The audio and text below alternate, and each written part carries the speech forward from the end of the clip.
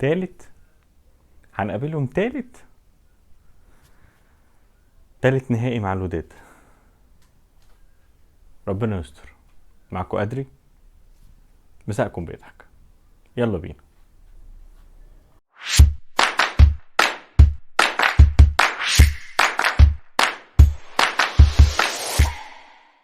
متنسوش تعملوا لايك وسبسكرايب وتفعلوا الجرس عشان يجيلكوا كل جديد لو الحلقة عجبتكم.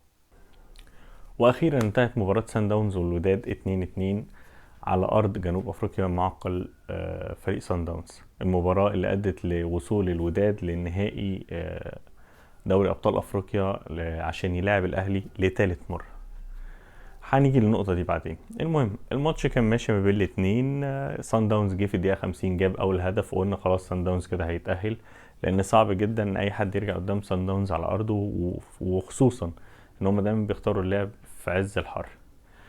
لغاية اما جه الوداد في الدقيقة 72 وتعادل. قلنا بس كده خلاص الوداد صعد، والدنيا اتصعبت على سان داونز، لان الوداد فريق بيعرف يعمل يتكتل دفاعيا كويس جدا ويعرف يصعد لخبراته كبيرة برضو. لغاية اما جينا في الدقيقة 79 سان داونز من هجمة، مهاجم سان داونز بيشوط، حط مدافع الوداد حط رجله فيها، غير اتجاهها ودخلت الجون.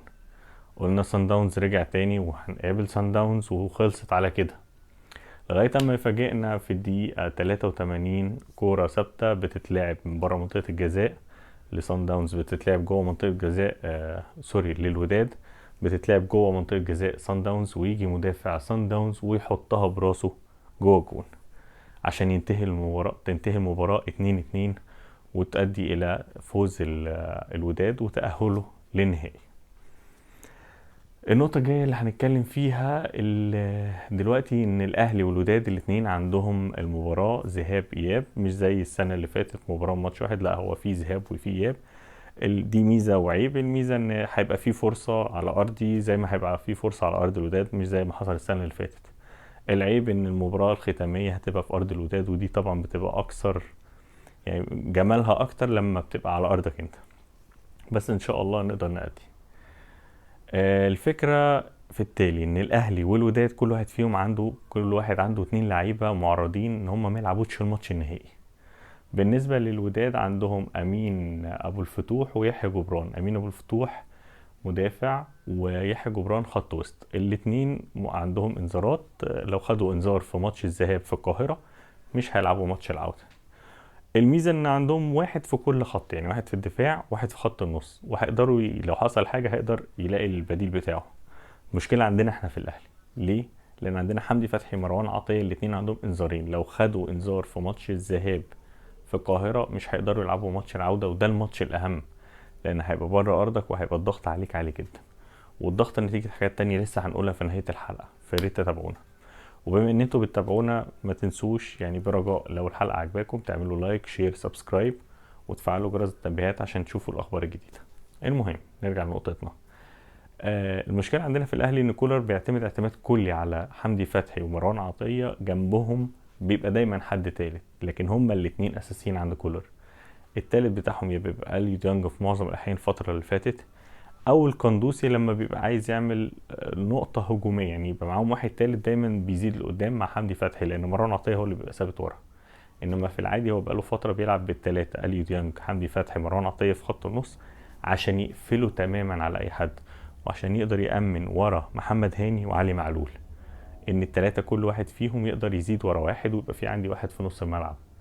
السولية موجود ويقدر يعوض واحد من الاتنين، لكن التاني مش هيتعوض. يعني لو حمدي فتحي خد انذار هو مروان عطية الاتنين خدوا، هنتكلم ان السولية هينزل جنب ديانج، طب التالت بتاعهم هيبقى مين؟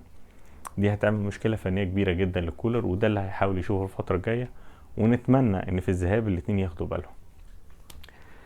نيجي للنقطة بعد كده. النهاردة بعد ماتش سان داونز رئيس الوداد بيحفز اللعيبة بتاعته بشكل رهيب، هما والمدير الفني، بيصرف مكافآت مالية تصل ل80 ألف درهم مغربي لكل لاعب، والمدير الفني 400 ألف، وبيوعدهم ان في مكافآت تانية في حالة الفوز بالبطولة، ودي مكافآت هتبقى خيالية بالنسبة لهم. وطبعا ده تحفيز عالي جدا للوداد، وخصوصا ان دي تاني سنة يوصل على التوالي وبيلاعب نفس المنافس اللي هو الاهلي اللي هنوصل بقى للمرحله المهمه اللي هو تاريخ اللقاءات ما بين الفريقين. الفريقين لعبوا 11 ماتش، 8 ماتشات الاهلي كسبهم، 4 ماتشات الاهلي كسبهم، و4 ماتشات خسرهم، وفي 3 تعادلات. المشكله في الخساره ان الاهلي خسرها. الاهلي لاعب الوداد في النهائي افريقيا مرتين، 2017 وخسر بمجموع الماتشين ذهاب وعوده ايام ما كانت بتلعب ذهاب وعوده. كان الماتش الذهاب في القاهره في استاد برج العرب اتعادل 1-1، وبعد كده في استاد محمد الخامس في الدار البيضاء خسرنا 1-0.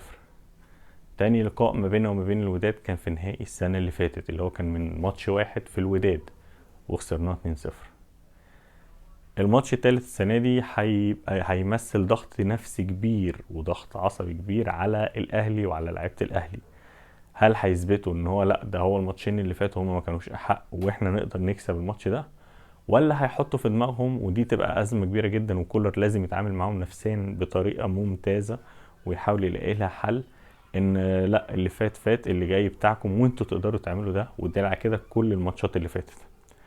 فماتش الوداد بالذات هيمثل تحدي كبير جدا للاهلي.